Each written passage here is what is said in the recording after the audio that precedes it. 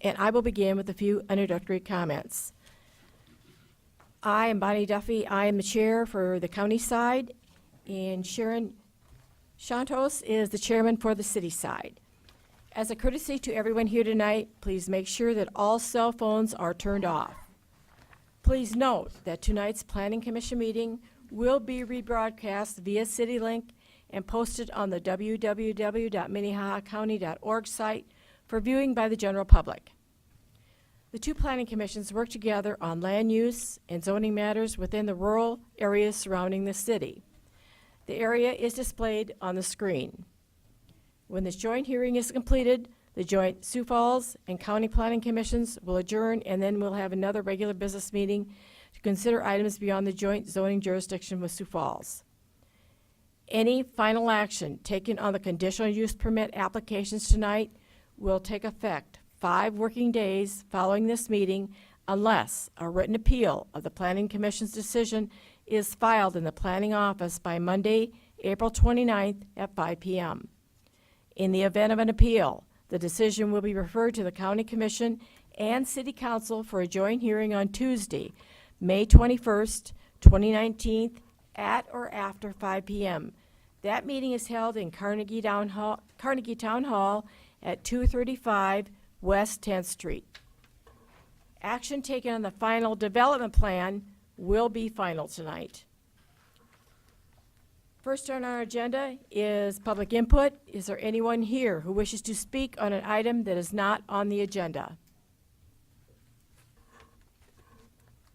At this time, the Planning Commission will consider the consent agenda. Items on the consent agenda are perceived to be non-controversial and meet all of the requirements of the codes and regulations. The consent agenda will be acted on in one motion with no public hearing on the items unless a member of the public, the commission, or staff requests the item be removed from the consent agenda. The minutes from March 25th are included in the consent agenda. Does any Planning Commission member wish to have an item removed for discussion? Next. You're asking for on the consent agenda? Yes. I'd like to move item number 2 to the regular agenda, please.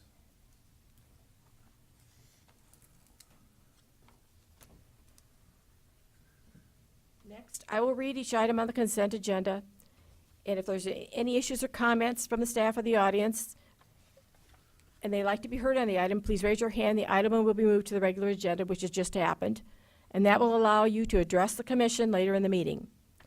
Any other items remaining on the consent agenda will be approved by the Planning Commissions with the conditions recommended by the staff. The first item on the consent agenda is the approval of the minutes of March 25th, 2019. Item number 2 has already been moved to the regular agenda. Item number 3 is a final development plan, 19-02. Petitioner is Tyler Childress. He is also the property owner. This is located approximately 1.5 miles north of Sioux Falls.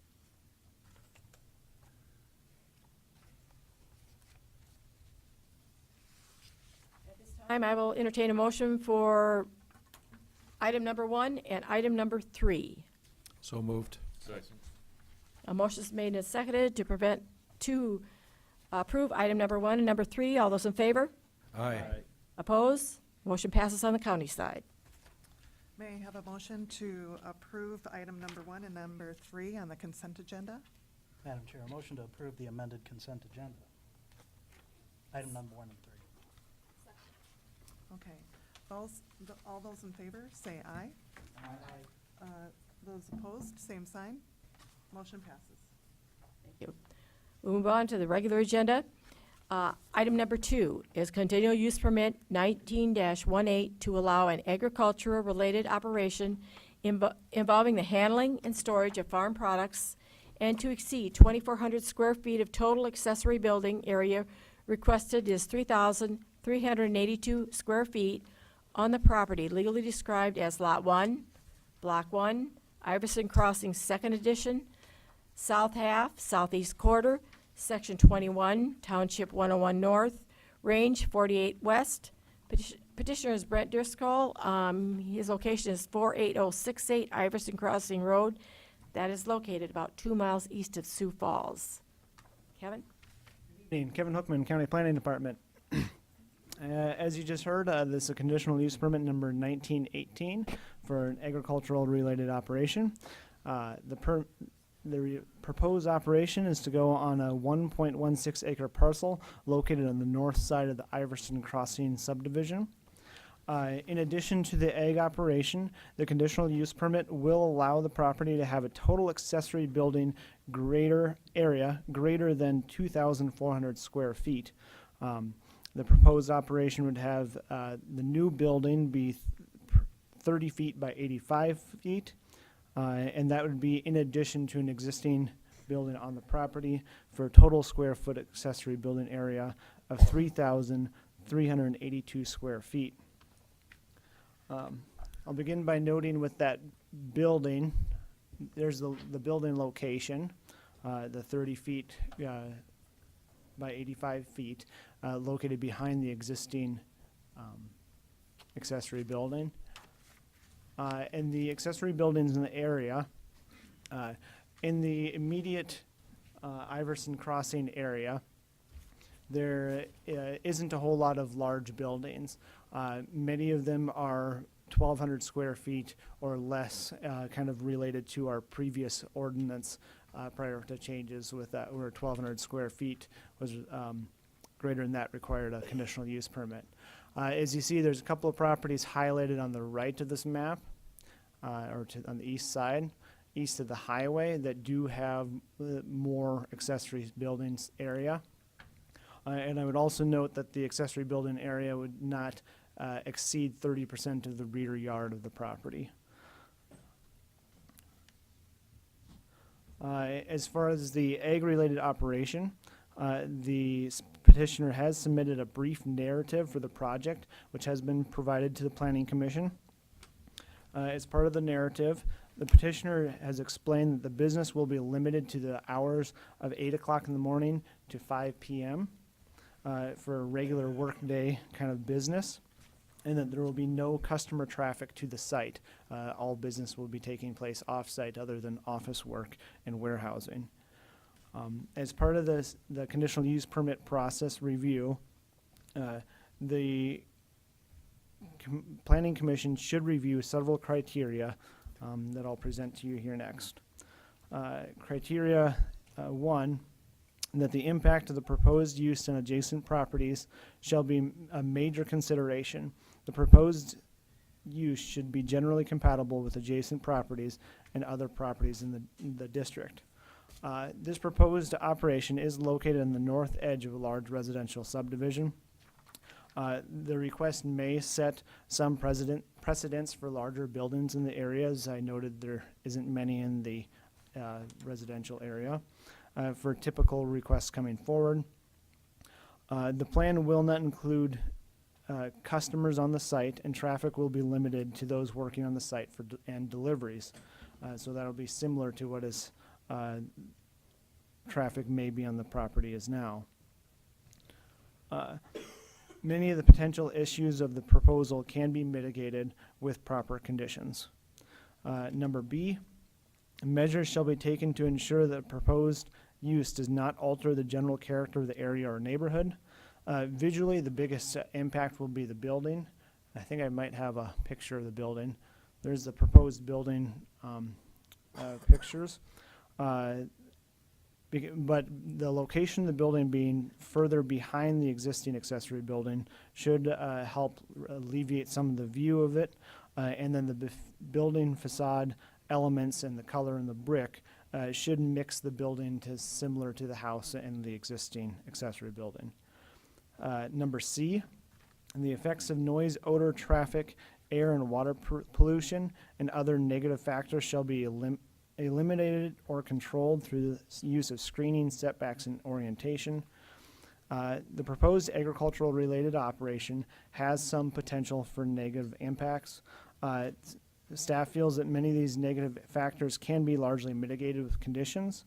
Noise and odor would not likely be some of these negative impacts with the warehousing and office use. Staff would note that with ag products, many ag related operations carry chemicals, and that was noted in the staff report that chemicals is not an appropriate place to warehouse chemicals in a neighborhood like this.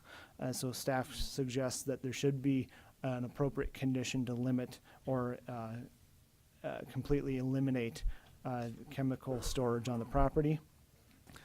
Deliveries should be of typical like pickups and light duty vehicles or delivery trucks. And staff would note that the delivery should be, conditions can be placed on it for that as well. Number D, the proposed use shall not adversely affect the public. Staff feels that with the recommended conditions that I'll read off in a little bit, that the proposed larger building agricultural related operation does not adversely affect the public. And then the health, safety, and general welfare of the public in the comprehensive plan should be considered as part of the request. This site is located within the transition area of the comprehensive plan and a single-family residential area of the Red Rock Corridor plan. In the transition area, agricultural production is typically considered that it can continue, but not have major expansions in order to prepare for the eventual urban development of the land. Land uses in the area should generally be compatible with land uses typically found on the edges of the city.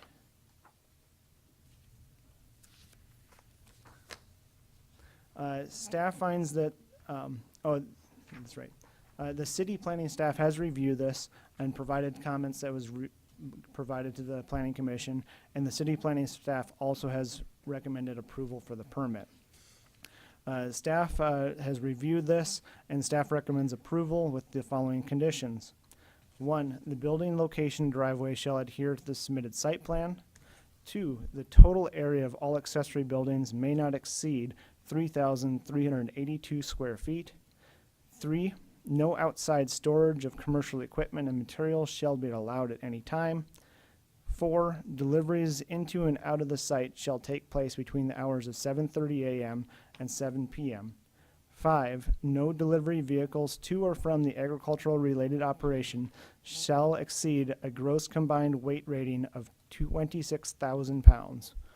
6, customers shall be limited to an average of 4 customers per day. 7, no storage or sale of hazardous and regulated chemicals shall be allowed. 8, the total number of employees of the business shall not exceed 3. 1 of the 3 employees must reside at the residence of the property. And number 9, the planning staff and zoning department reserves the right to enter and inspect the ag-related operation at any time after proper notice to the owner to ensure that the property is in full compliance with the conditional use permit conditions of approval and the Minnehaha County zoning ordinance. I would remind you that you can change these conditions as you see fit, as you hear testimony tonight, and if anything will help in either direction with the permit. So some site photos. This is a photo of the driveway and the existing garage. It's kind of a narrow driveway, as you can see there. This is looking down the tree grove towards the back, and you'll see that there's kind of a radio tower there. And it'll be kind of back behind the shed, and behind that radio tower where the shed will be, the proposed shed. So this is looking down where the new driveway will be, and you'll see that the existing accessory building is quite a bit lower than the house, and again, the driveway is pretty narrow. So then this is looking to the west from the edge of the driveway. You'll see a few more single-family dwellings down the west in the paved road. And then this is looking to the east, where the development's primarily further to the south or the right in this photo, but you'll see the other residences along this road. And then I do have a picture at the entrance of this road from the Highway 11. There is a stretch of this that is gravel still, and that was part of the concern with not having large equipment coming in and out of the property, is to maintain the integrity of the gravel road. And that's all I have for photos, so at this, I will bring it back to the site plan, I think, and ask for any questions. Madam Chair, I have a question. Would you explain the nature of this conditional use permit? It appears that the permit is being applied to allow an agricultural-related operation as well as an accessory building in excess of the standard formula for the size of the property. Typically, when we've dealt with the accessory building situation, the conditional use required that there be no commercial activity in the accessory building. So this seems to be kind of in conflict with that approach that has been taken. Sure. Excuse me. So one of the things that staff reviewed and kind of coming up to this conditional use permit is the home occupation. And that's a different section of the ordinance. The home occupation is typically allowed in, say, residential areas and residential zoned areas. This area is still zoned for agriculture, and agriculture, I should then back up to the home occupation again. Home occupations are not allowed in accessory buildings in the ordinance at all. And then again, that's primarily for the residential zone properties. When you get into ag zone properties, we have allowed agricultural related operations, which is like, it kind of explains that it's for these like seed businesses or usually it's related to some sort of a product that's being sold in and out of the property is what the ag operation typically deals with. So, yeah, I guess it's that kind of nuance of the ag zoning in the ag property. But the zoning says recreational conservation. It does. It is zoned A1 agriculture. I will clarify that.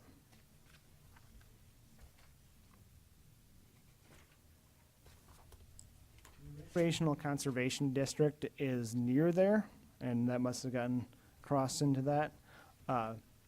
And that's a similar district as the agriculture, but it's for like floodplain type development. And this is not in the floodplain.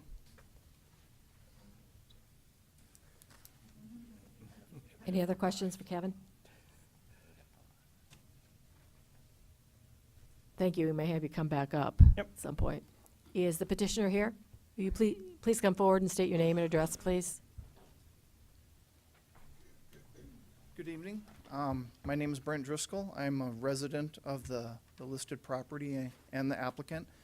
Tonight I have support from my father, Bill Driscoll, my two sons, Chase and Mac, and then Greg Mum, who is actually in the picture here, my neighbor just to the west of me, and he's in support of this request.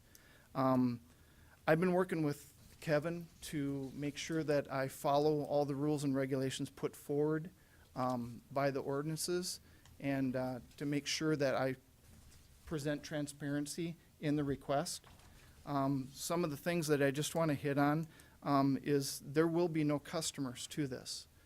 Just to give you a little background, the intent of it is we have a farming operation that the family are owners, operators of, okay?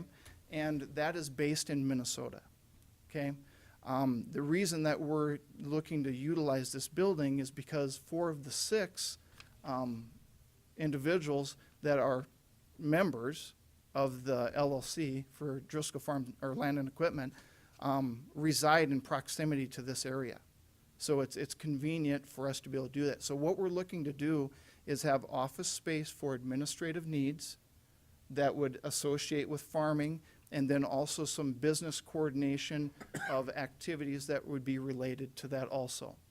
The warehouse section would be utilized for things that are not chemical based. An example would be if I needed to pick up something in Sioux Falls for the farm location, which is from Sioux Falls would be 70 plus miles away. I might not be going down there right away, so I might need to bring it back and put it there. It could be anything from light bulbs to, just miscellaneous stuff that's associated, but it's not going to be chemicals, it's not going to be seed totes, 1,500-pound seed totes and things like that. It's just going to be miscellaneous things that would be able to be in that storage area. In addition to that, there will be I'm just going to hit on a few key elements. No noticeable increase of traffic. The building will match all the surrounding buildings, down to the brick, stone, paint color, siding, everything.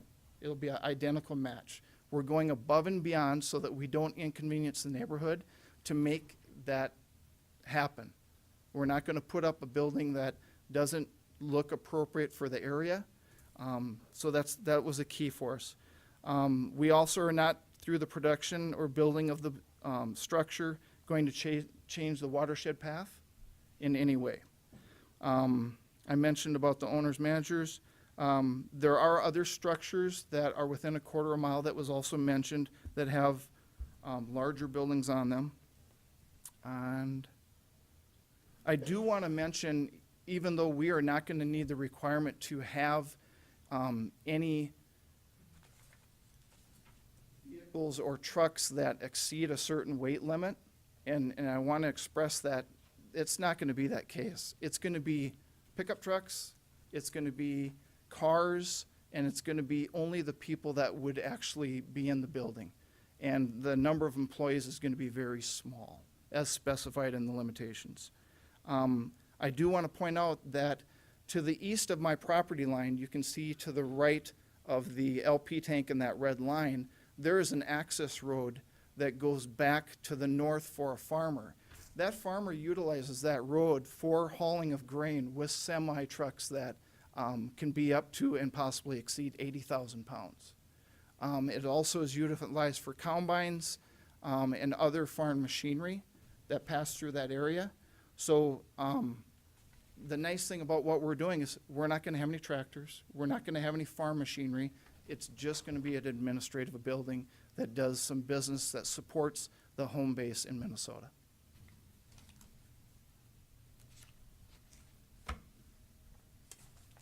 Any other questions? The applicant? I got one. Adam. It's talk about seed, are you selling seed? Or No, you we are just- not a seed dealer. Okay. Nope. So Nope. what was that about then, I guess, in our If- narrative in there then? So there could be a situation where at the, I just threw stuff out when I was talking to Kevin. There could be a possibility that, and I don't know how many of you are farmers, but you order seed in bulk and you could get to the end of the year and you might be a couple 50-pound bags short, right? Which is, as you guys know, can be a miserable thing, right? So let's say from the seed dealer, I have to pick up 2 50-pound bags. Well, instead of driving it all the way to the farm, maybe I'm not going down there right away. That would go on a shelf temporarily. It's going to be so limited in what we're going to do. Now, some of the things that the business is involved in, could have that same temporary situation. So these are the things that Driscoll Land Equipment is involved in: land management, excavation, grain storage, rental management, crop farming, custom building of products, wind tower planning, grain marketing, electrical component lighting replacement, repair and distribution, agriculture modernization through technology. Keep in mind that all distribution, all machinery, all of that is at home base. The stuff that will be handled is stuff that will be over the internet, over the phone. It will not require a customer to come to the building ever. I could put in there that we will agree to have 0 customers ever, because there is no need for it whatsoever. Any other questions? Just one more. How big a warehouse then were you thinking? How big office space? How big a The warehouse? office space will be, so what we're looking at doing is we'll have office space, we'll have a utility, there'll be a bathroom in there, and then there'll be a network room. We believe in automation and technology for farming. So I have one of my sons is a programmer, the other one is a network engineer. So they obviously want to inject that With farming being as difficult as it is, any automation and, reducing costs that you can do helps you survive some years. And so we have embraced that and progressed with that. So that's one of the things that will be in the building is the office, the network room, the utility where, your HVAC and stuff will be. There'll be a bathroom, and then about 35 to 40% of it will be warehouse. Now, keep in mind, being that it'll be on my property, the other building that I have like a wood shop hobby, right? That's getting full. So there might be a lawnmower that I might want to put in that area, right? So I'm trying to think ahead.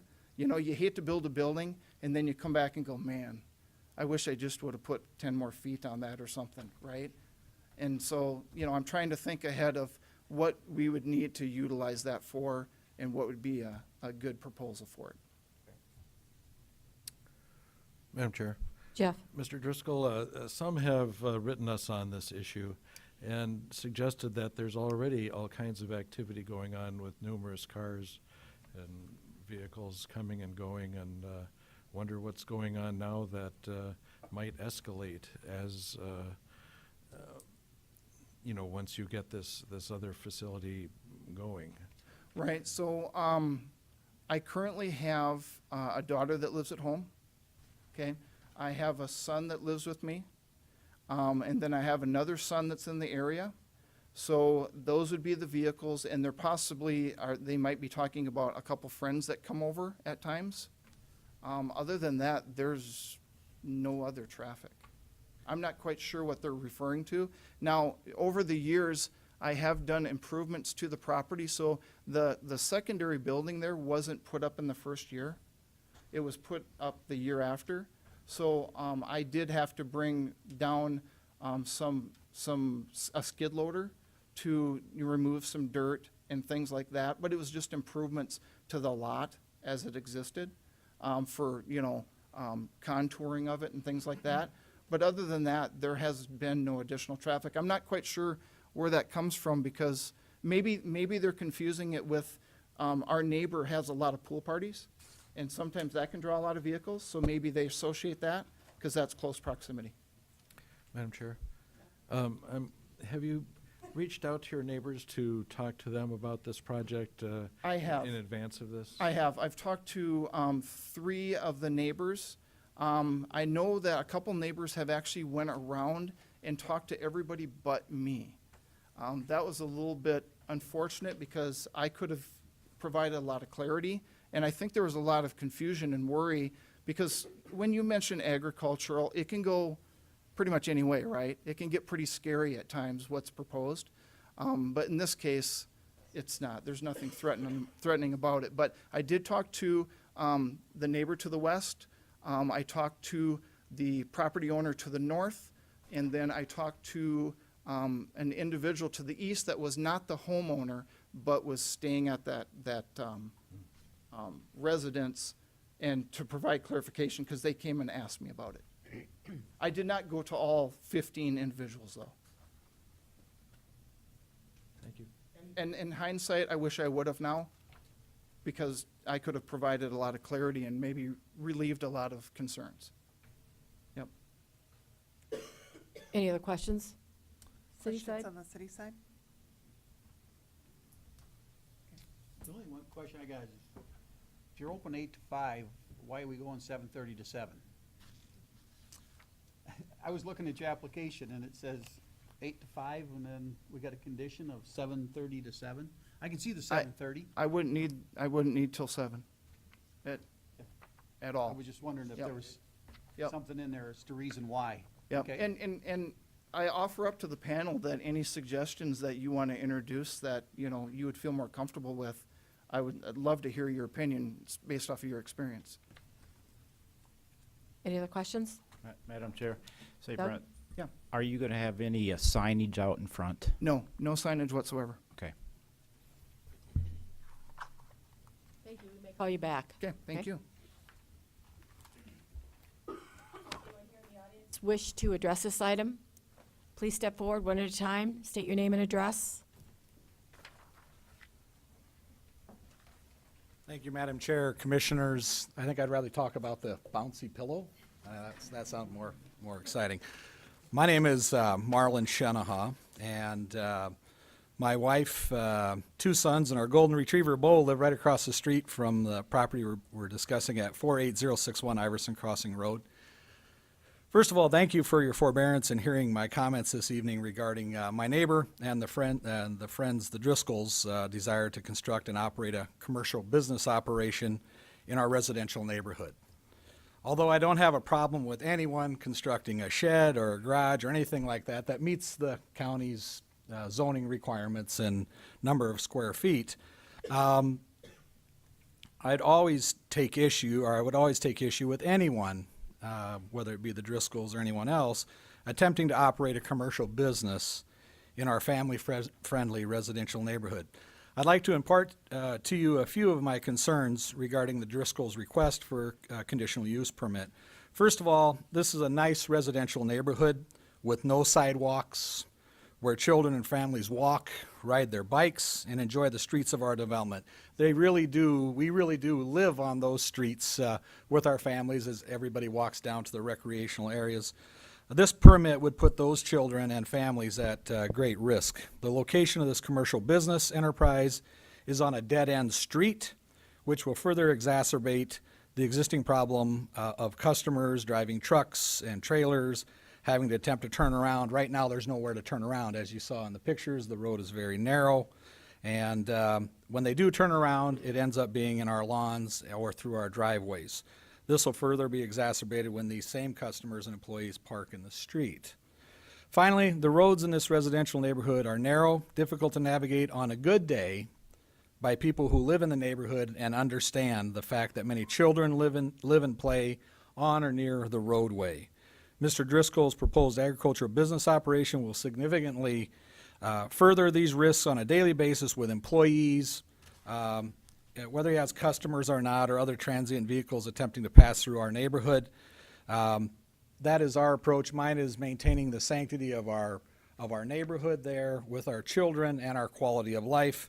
Again, I've enjoyed our relationship with my neighbor, the Driscolls, and mean them no ill will. But again, I would prefer not to have a commercial enterprise operating across the street from my home. I thank you for listening to my comments and concerns, and I appreciate and thank you for your work, service, and commitment to the citizens of Minnehaha County. Thank you.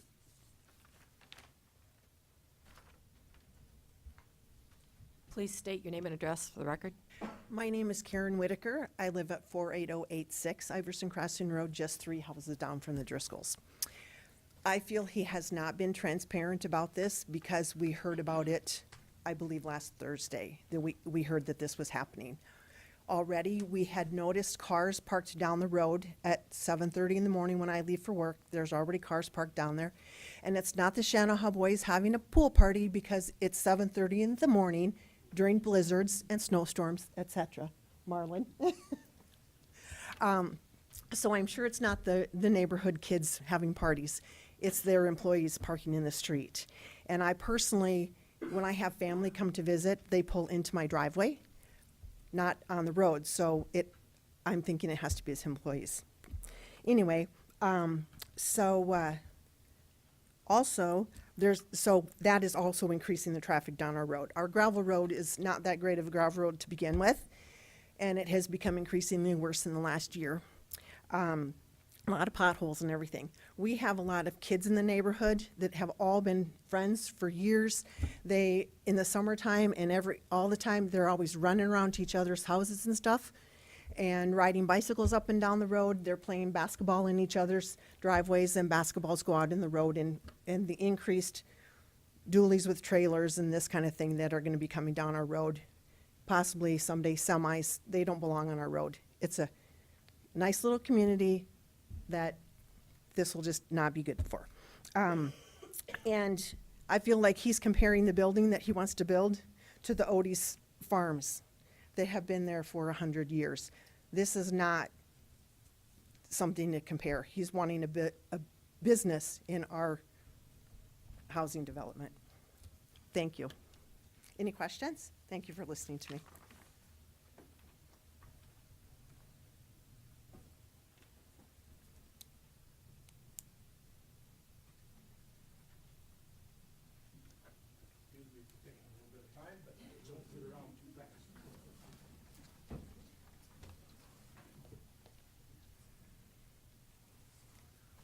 My name is Leonard Bauma, and the reason I'm up here is we own the lot right to the east of the proposed the planning here. And I think that it would not do me much good. It would be pretty tough to sell that, and there's a business place. Personally, we try to keep that lot up, looking up very nice during the summer months when the grass is growing and stuff, because we realize it's a nice residential area. Why all of a sudden do we need to change this to commercial? There's enough places close by that he could put another office with very few miles. The little town of Rowena right there. He could go right back to the east side. Eggy's transmission shop is there. A lot of those small businesses are right there. And anyway, also the amount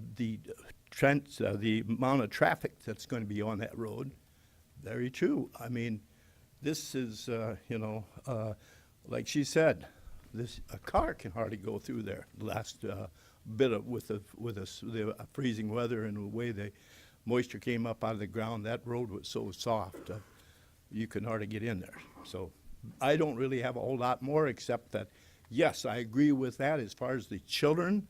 I come into that area. I know the area very good, so I drive the 15 miles an hour or less. And watch out for the kids, because they can come running out behind the cars, behind the places there. Like you said, they use the road for their keeping occupied. So I don't understand why you want to take a nice residential area and turn it commercial. There's not enough commercialism nowadays, and I don't deny good any kind of business that way. But I think there's a better place than trying to plant that into a neighborhood. I don't think that's much consideration on his part for the neighborhood.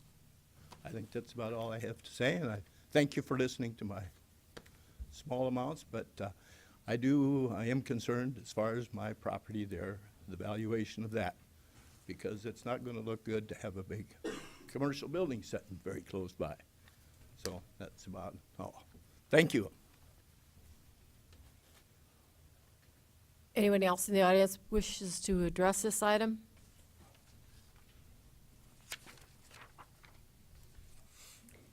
Oh, go ahead. Okay. Hi. My name is Tammy Hazlett, and my husband Jeff and I own the property at the dead end. There's a bridge and the river at the dead end, and we're that house. Could you please state your address? Yes, 48054 Iverson Crossing Road. And we also own the property next to that on the same side of the road as the Driscolls. It's a rental property, and that address is 48064 Iverson Crossing. And we also own the land north of the Driscoll property, and all of those homes there, as well as building eligibilities to the north. And it's off the map there, but there's two sections called Plat A, Tract A and Tract B, and we also own those. We also, me and the Driscoll family, no ill will, but we are here as concerned citizens about the proposal. Just to give you a little bit of background, we used to own the two lots, the Driscoll lot and the lot to the left on that map. In 2013, we worked with the Harlemi who owned the now rental house, and we basically did a flip where he purchased the two lots from us, and we took control of the rental house. But then in condition, we also we worked with the owner of the land that is now Tract A and Tract B that we purchased. And we worked with the commission at that time we had it all surveyed, and we wanted a road to be able to access from Iverson Crossing Road to that building site, those building eligibilities. And that's originally why you see River Crossing Road right there. We don't own that strip of it. That is owned by the person who owns that field. But we have an easement to get to the rest of, we had fully intended for that all to be a road and worked with how many feet we needed to have and purchased that strip according to right-of-ways on both the right and the left side and enough space for a road. Well, let me look at my notes here. Mr. Driscoll is wanting to put that building 3 feet from our property line. So when that's developed, we would see the backside of that commercial building every time we would be driving home in and out of the neighborhood. There are covenants for the Iverson Crossing neighborhood that state that it must be 40 feet, a building must be 40 feet from the road and at least 15 feet from the property line. We believe this new building project doesn't live to that, and we believe that the building will be too close to our road, and not to mention we'll be seeing, again, the backside of that property every time. The other concerns we have is our drinking water. This property is uphill from us, and it slopes down towards the rental property and our home. When this was all developed, we have significant problems with runoff that comes downhill. So right now, our rental property, the white square there that you see, is often full of water on that garage pad, and it has times also leached into the garage itself and made the inside of the house wet. There's inadequate drainage for the current development up there, and adding more concrete in another building will just increase that problem. Not to mention, I know that the proposal, they have not asked for permission for chemicals. However, that is a part of their business, and who's going to regulate that? You know, they will have deliveries. They will have that as a part of their business, and you know, we're just going to open up the door. What kind of precedents does that set for the future? And we are very concerned about the runoff onto our water table. That is our drinking water that we drink from. We don't utilize the rural water system at our home. So very concerned about health right there. And I want to be clear, I am a farmer's daughter. I own farmland. My family owns farmland. We do farm. And by no means are we anti-ag. We support that in every way. But this is a residential area. It is single-family homes. It is a place where children play. It's a place where they feel safe. It is a place where we can enjoy a quiet life. And having that extra traffic is burden to our stressed road, which is always got potholes and washboard because the traffic keeps increasing, and this will just increase that as well. I think I've addressed everything. Do you have any questions for me? Madam Chair, I got a couple. Doug? Okay, you are worried about the water runoff now. There's not going to be any more runoff. Water comes down, doesn't matter the area it comes from. It's there. So that will not change at all. We've noticed a big increase in the standing water and the running water since these lots were developed. In the water that comes down and sits, runs downhill, and that sits in our rental area. Was there any way you could change that on your rental property so it drains away from there faster? That is not something that we are actually talking with Harlemi to see if they can come back and correct that, but Okay. I'm not here to ask. My next question answer is, that. on those two tracks, A and B, Mm-hmm. are they presently in the floodplain? No, they're up on a bluff. They're not in the floodplain. Okay. They're at the edge of the higher area. Right below there is the floodplain. Okay, and my final question for you. When you go to your property, do you use the Iverson Crossing Road or do you use Tucker Drive? Be honest. It depends on the day. If it's really, that road is not well maintained, so I would say half the time I use one or the other, depending on how, the conditions of that road. Okay. Thank you. Any other questions for her? Any questions from the city side? Okay. Thank you. Thank you.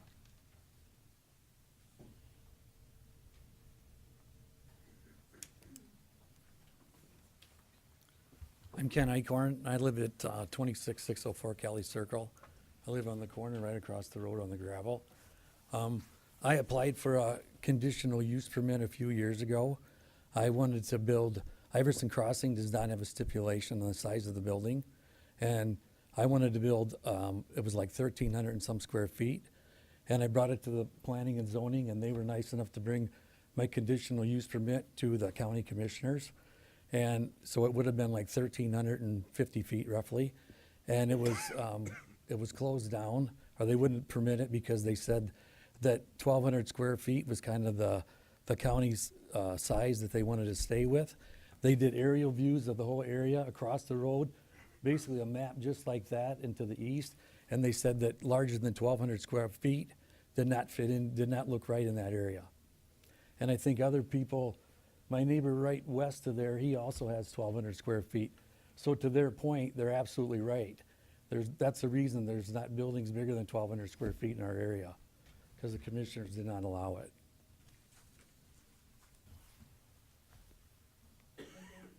Anyone else wish to address this item?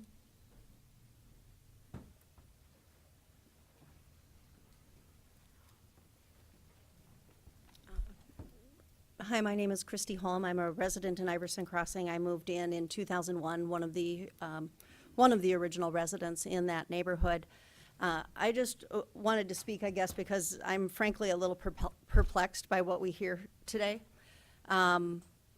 Starting with, when we review the staff report, and I don't know if two different stories were told, but what I hear today is not what I'm reading in the staff report. Starting with the current zoning, as was pointed out, the zoning on the information we were provided that we were able to review coming today indicated that this was zoned recreational conservation. Now we're told it's agriculture. As I review the report and the minutes coming in, there's even discussion of a hay grinding business on the property. I haven't heard anything about that. I don't know if that's an error or if that's something going on in this property. But it's listed as number 9 in the recommendations for the conditions for approval. It seems that in the staff report, and I don't know if this is what was communicated by Mr. Driscoll to staff or if there was a complete misunderstanding, but according to this staff report, we are talking about customers coming in and out every day. We are talking about trucks coming in and out every day. We're talking about seed being maintained for sale as a commercial business on this property. We heard Mr. Driscoll then say today he's just looking for somewhere to store some extra light bulbs that'll get transported to Minnesota. If that's the case, he already has an 800 square foot garage on his property in addition to his home that could certainly handle those light bulbs. There seems to be a disconnect here, and that's concerning to me as a homeowner. Again, this is a residential neighborhood, and what I'm hearing communicated does not match up with the staff report. I don't know where the miscommunication rests, but I would be very concerned hearing you approve a conditional use permit given the inconsistent information that we've heard here today. With all due respect from the information we've been provided, this is not an ag operation. This is a commercial business. That's what's going in there, no matter how you phrase it, that's what's being talked about. It's relocating the business from Minnesota into our residential neighborhood. Mr. Driscoll indicated that in his statements to the commission. Again, I've lived in this neighborhood now almost 18 years. The beauty of our neighborhood, and I take it very personally, the beauty of our neighborhood is the community. As you've heard people say, our kids play in the street. We don't have sidewalks. Our kids running back and forth between their yards. I've watched this for the last 18 years. I sat outside yesterday on the beautiful day for Easter. I watched Easter egg hunts taking place around the neighborhood. I saw kids biking. I saw them running up and down the road, playing with their friends, families on walks, pushing strollers. This all occurs in our streets. That's the neighborhood that we live in. I'm very concerned about the safety of our children. Again, I've seen it for years. If these trucks are coming in and out of our neighborhood, they don't know where the pets are. They don't know where the kids are. They're going to be coming in and out. If you try to put a limit on them, you can only drive the gravel road. You can't take the paved road. Who's monitoring that? There's not going to be anybody around to see what's going on and how that's being used. We're going to have increased traffic, road maintenance. As you've heard, our roads are already quite troublesome. If you add this, who's going to pay for all the road repairs that are going to be needed by the increased traffic? Timing of the day, this business, nobody's mentioned yet school buses coming in and out of our neighborhood. They typically come about 7:30 in the morning. That's when the bus picks our kids up who are out on the street waiting for the bus. This is a very concerning precedent. If you allow this for one resident in this neighborhood, we have 40 or 50 houses in our neighborhood. Is this just going to be a path that we go down now where we're suddenly turning our residential neighborhood into a commercial business? That's not what we purchased. That's not, with all due respect, what Mr. Driscoll bought into when he bought his house in this neighborhood. It's a residential neighborhood, and we would like to keep it that way. It should not be this complicated. Again, this is residential, not commercial property, and it should stay that way. Thank you for your consideration. Any questions? Sorry. Not this time. Thank you. Anyone else wish to address this?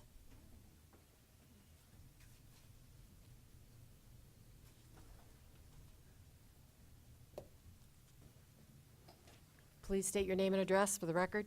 Bob Caswell, 48095 Portage Street. I'm on the blacktop. You'll have to scroll that down a little ways to get to me.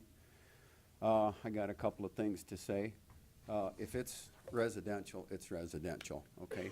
We all kind of know what's going to start happening here. In my mind, one thing is going to lead to the next. Then we're going to have straight trucks coming in here.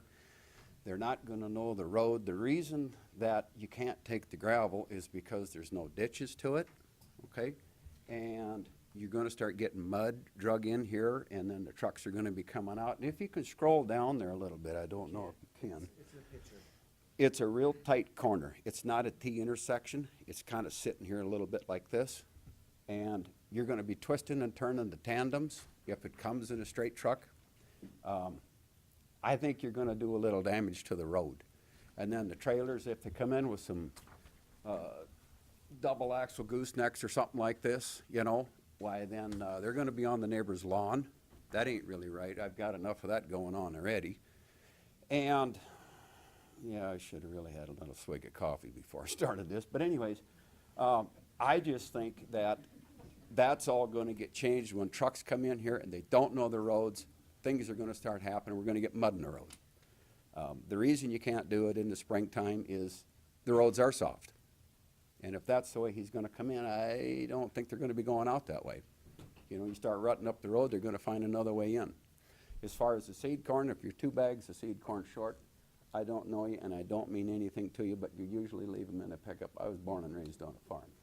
If the corn planter runs out of seed, you get that seed to the corn planter. That's about all I got. And as far as your roof, when you got water landing on a tin roof or an asphalt roof, it comes fast. It comes right now and it all goes to one spot, down the downspout. It's not like it's landing on the ground evenly.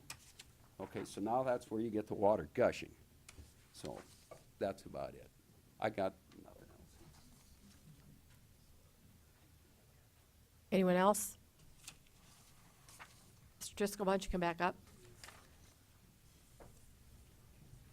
So I want to provide a little clarity here because we've got some things that are being assumed and projected upon what's going on. One person talked about the fact that there was vehicles parked on the road out in front of my place. That particular incident at 7:30 in the morning was Christian Hammond's car, a friend of my son's. They had went out for the night. We have a very strong policy about not drinking and driving. So my son gave him a ride home, and his car ended up having to stay on the road because he took the keys with him. Okay? We tell all of our visitors, because I have a large amount of concrete, that they need to park up in the driveway. But if they park there and I don't catch them and they take off, I'm at the liberty of when they get back. And I apologize for that, and we are trying to stay on top of it. The fact of the commercial business, I've already talked about the fact that this is not a commercial business. This is supporting a business in Minnesota. It's an administrative building. The traffic that they talk about that is going to increase is not going to increase because the individuals that are going to come there during the day are the individuals that already come there all the time. They are my family. We are a very close-knit family. We spend time together all the time. Okay? So it's not going to change a thing. They're talking about the heavy trucks that go in and out. I'm going to state to you that is not going to be the case. They talk about this gooseneck trailer. We own a gooseneck trailer. Okay? So whether the building goes up or the permit happens or not, if we have a need to haul something on a gooseneck trailer, it would happen in that case anyway. Anybody that has that. We have an individual down the road that has a semi parked in the development.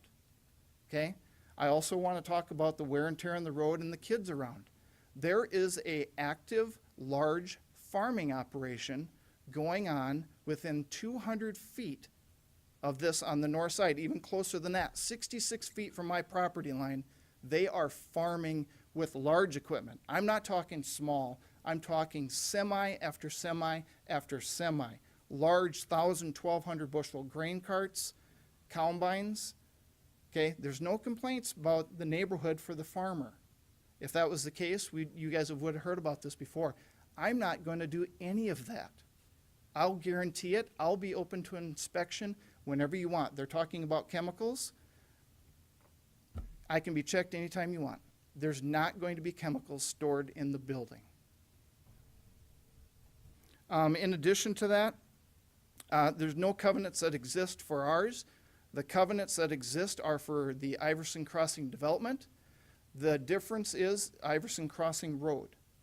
Iverson Crossing, we're in the Iverson Crossing second edition.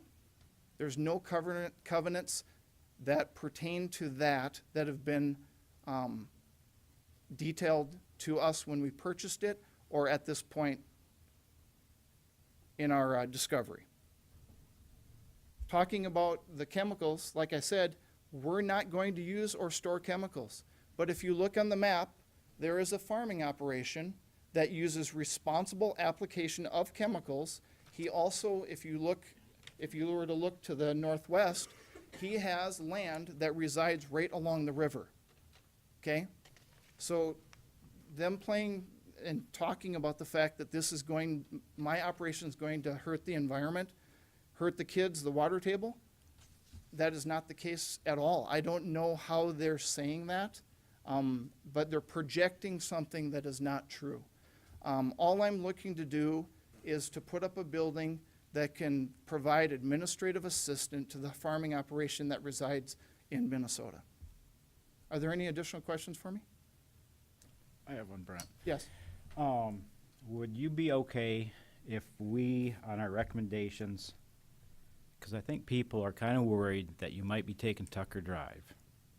Would it be a problem if we stated that you must use Iverson Crossing Road?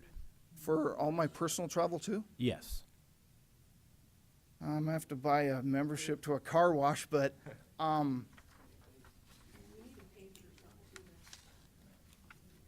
I guess if that's a restriction, I'm kind of, if you saw what Well, I'm basically meaning like your gooseneck trailers. Oh, absolutely. Yes. Absolutely. But like just like your car. Yes. Your personal car that you use every day.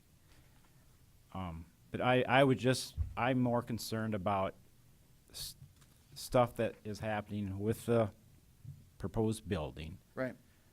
that if anything that uses that, if they would use Iverson Crossing Road. Absolutely. I will absolutely mandate that if I if think you that guys would- deem that I a think that requirement. would alleviate a lot of problems, because I drive that road. Yep. I just check it out every once in a while, and I don't see too many. Once in a while, I'll see people on that road, but not very often. Ma'am, you cannot get up right now until he's done. So that's my biggest concern, if you Right, yeah, could just use any- Iverson Crossing Road. Yeah, absolutely. Anything that would utilize, that's the thing with this, is that if anything came in and out of there, it would be like for printer paper, or it's gonna come UPS through Amazon, or, you know what I mean? And it's normal delivery for that. I mean, I can even restrict it to where we will not use a gooseneck trailer. Anything that goes in and out of there is only in a pickup. I'm willing to do that. Any additional questions for me? On the Madam city Chair. side? Go ahead. Mr. Driscoll, it was said in testimony earlier that, and they're absolutely right, everything you're telling us is different than what's in the staff report. We'll leave out the present zoning. City uses templates. They get overwritten with the wrong zoning from time to time. Right. So the fact this is A1 ag, not recreational conservative, we'll get past that. But in the write-ups, it talks about your not testimony, but when you inform staff of your intentions, you're going to be selling seed and seed products. You're going to be using typical delivery services. You're going to be using vehicles up to a gooseneck trailer, delivery vehicles of whatever prevalent in the community. But you've been telling us exactly, no, this is just going to be boardroom and telephone lines Right, and a so- network server. I'm sorry. So, what are we talking about here? Right, so, I don't wanna, say anything without having Kevin come up and clarify, but the example that I gave him, and it ended up getting put in as selling seed, is actually what I explained. You know, a couple bags of seed that would come back, and I don't wanna haul it all the way to the farm. There is not going to be any seed sales ever out of that building. Ever. It's not a commercial operation of any kind. Correct. Question, call me silly, but rural residential ag, we've seen conditional uses for 3,400 square foot toy shacks left and right. Why did business get brought into the ring? Why did any mention of a commercial anything get brought into this thing?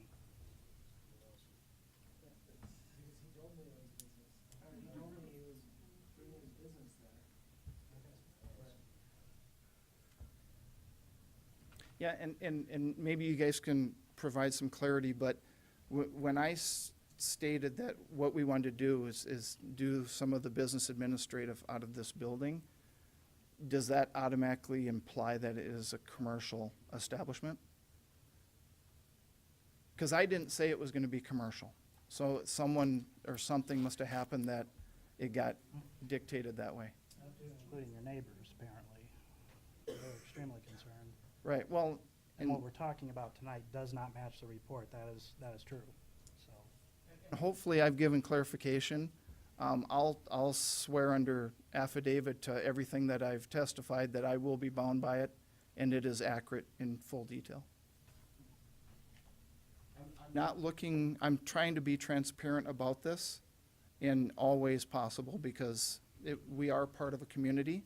But I do not feel, as I've described, that this is going to be detrimental to anybody. Madam Chair, Jeff? you know, a lot of times when we aren't communicating, then we have fear of things. And I think the fact that you talk to like 1.5 people probably isn't enough. And, clearly it appears that there's some communication gaps here that Kurt was pointing out. But I think that maybe we need to go back to the drawing board a little bit on this and rewrite our staff report even. But I also think that you need to talk to all of your neighbors, and if it gets warm enough, maybe you could have a pool party nearby. No swimming in the river, okay? Anyway, this happens all the time where people do not communicate. And I've even had brothers on planning and zoning issues where the brother never knew about it until it got posted, you know, a sign out there. And anyway, I just want to throw that comment out there, I guess. But fear of the unknown is a very common problem.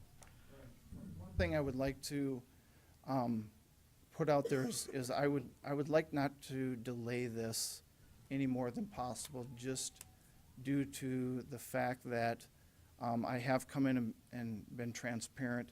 There's a large number of the community members here that they now know everything that I intend to do with it.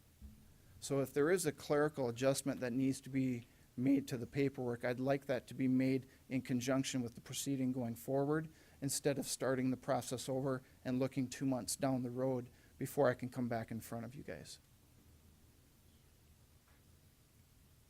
Any other questions for him? I don't have a question for the applicant, but I do have a question for staff when they have a moment. Kevin, you want to come up again, please? Just real quick, Kevin, the other testimony made comment to a 1,200 square foot limitation.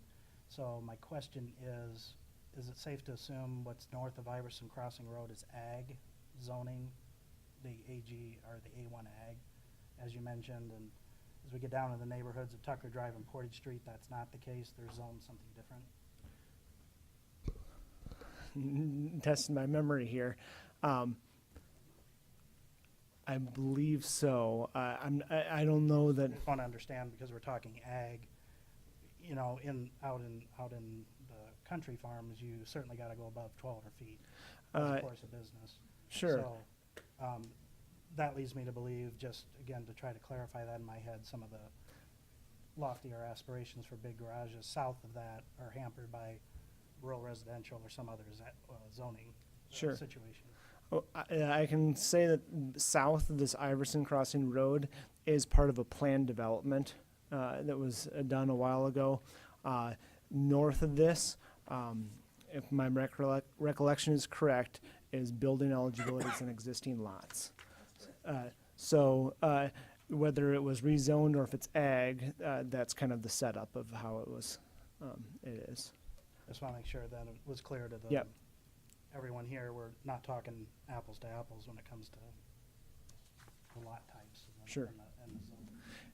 And the other thing about 1,200 square feet is, I don't know, it was about 2 years ago, the ordinance was changed as to accessory building sizes as well. As this property is now, he could get a building permit for up to 2,400 square feet of total accessory building. I think we calculated in the office earlier that it ends up being about 1,500 square feet now if you wanted to get a building permit for that. So. Thank you. Thank you, commissioners, for indulging. Any other that. questions? You want to come forward, please? Albert Schmidt, Planning and Development Services. One thing to add in real quick, just so you know, a few years ago when we adjusted our joint jurisdiction boundaries, this area was brought into the joint jurisdiction. So previously this wouldn't have came to the joint board, and now it does. So, thank you. Anyone else care to speak? Board, state your name and address, please. Hi, I'm Deanna McKnight. I live at 48076 Iverson Crossing. And this has to do with the road. Okay, you keep saying, well, if they don't use Tucker Drive and they use Iverson Crossing Road, that's the road that's bad, is Iverson Crossing. That's the one that has the potholes and is gravel and stuff like that. And you ask Mrs. Hazlitt if she uses it. I use it 90% of the time because I live right on the gravel road, as do, I'm sure, James McKinney or other people that live there too. And because I go to Brandon, that's where I go to work, I come home that way. So if you put even, you know, I know it's under dispute whether he's going to use big trucks or not. It shouldn't matter what road he's using. You shouldn't put a stipulation on what road he's using. And the speed limit there is 25 miles an hour. And a lot of people in the neighborhood, I don't know if they're their friends or who, don't do that 25-mile-an-hour speed limit with the children out running around and stuff. So that is a concern. But yeah, the road shouldn't matter which road he uses. That shouldn't come into what's there. And we're talking about the farm equipment that's going on there. That's, you know, a short period of time of the year that's on there. They use a lot of the entrance off of Highway 11 instead coming in that part than they do there. And that farm, whether who owned it then or back when Iversons owned it, it's been there, you know, hundreds of years. So, you know, why go back that far and say now they can't use it or can't have equipment driving on it?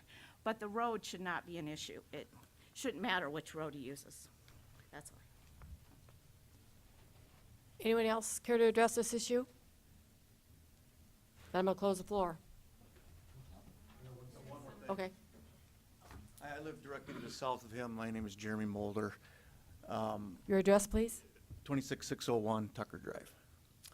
I don't have much to add. Everybody's pretty much said everything that needs to be said. I just wondered if everybody could stand up that was just opposed to it, just so you guys could see how many of us really do not want this. That's all I have.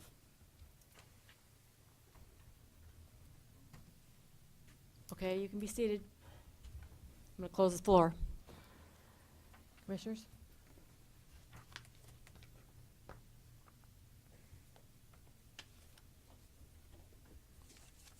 Madam Chair, Mike? you know, thinking about a lot of the comments that was presented here tonight, not to reiterate too what Jeff's already stated, but I think there's a lot of concern here, obviously from the neighbors. Again, from what's in the staff report may or may not have been communicated, interpolated, whatever you want to say, versus what was stated tonight. I can definitely understand all the concerns the neighbors have with use in their community. And well, that being said too, I feel like, being on this panel, we're charged with making a decision based on the evidence, and quite frankly, I guess I'm not comfortable with everything that's presented as concrete fact. So I know you're against, or the applicant's against a deferral. My thought is to indeed defer for a month and get the actual information in writing, and then also recommend that he has a neighborhood meeting to address some of the concerns, maybe come up with a concerted direction with some of the neighbors. But that's what I'm thinking at this point. Is that a motion? That'll be my motion. I'll second that. Okay.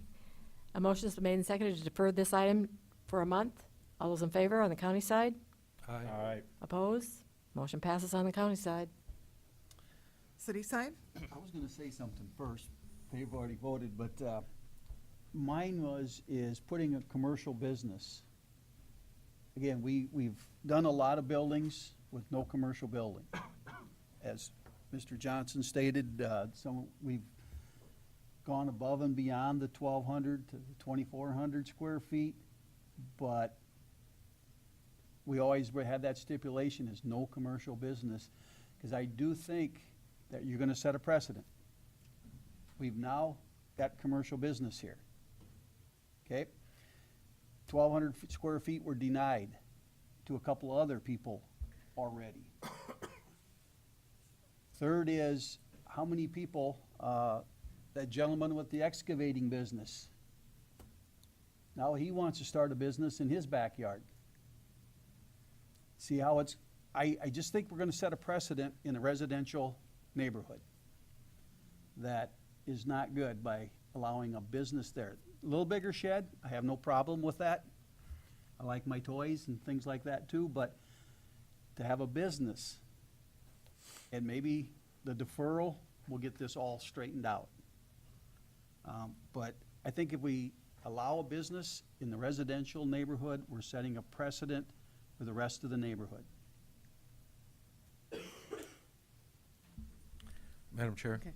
Jeff? I have to say I agree with Steve, and, it is potentially a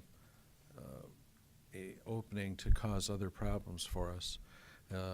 And I certainly, I drove out there today, and pouring rain, I saw kids on the street, checking the mail, I guess, but I think I scared them. But anyway, the road is horrible.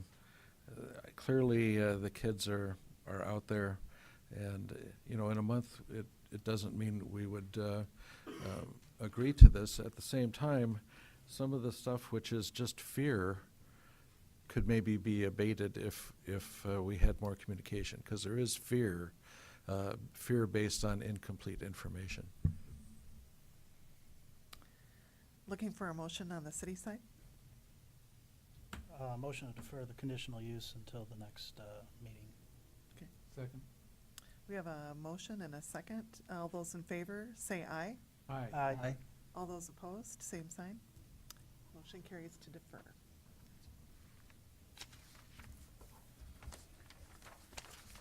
We'll move on. There, under the old business, there is none, and there is no new business. I need a motion to adjourn.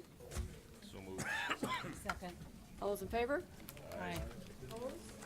Motion to adjourn. On the county side. I make a motion to adjourn? Second. Aye. Aye. Okay. I may come back to that meeting.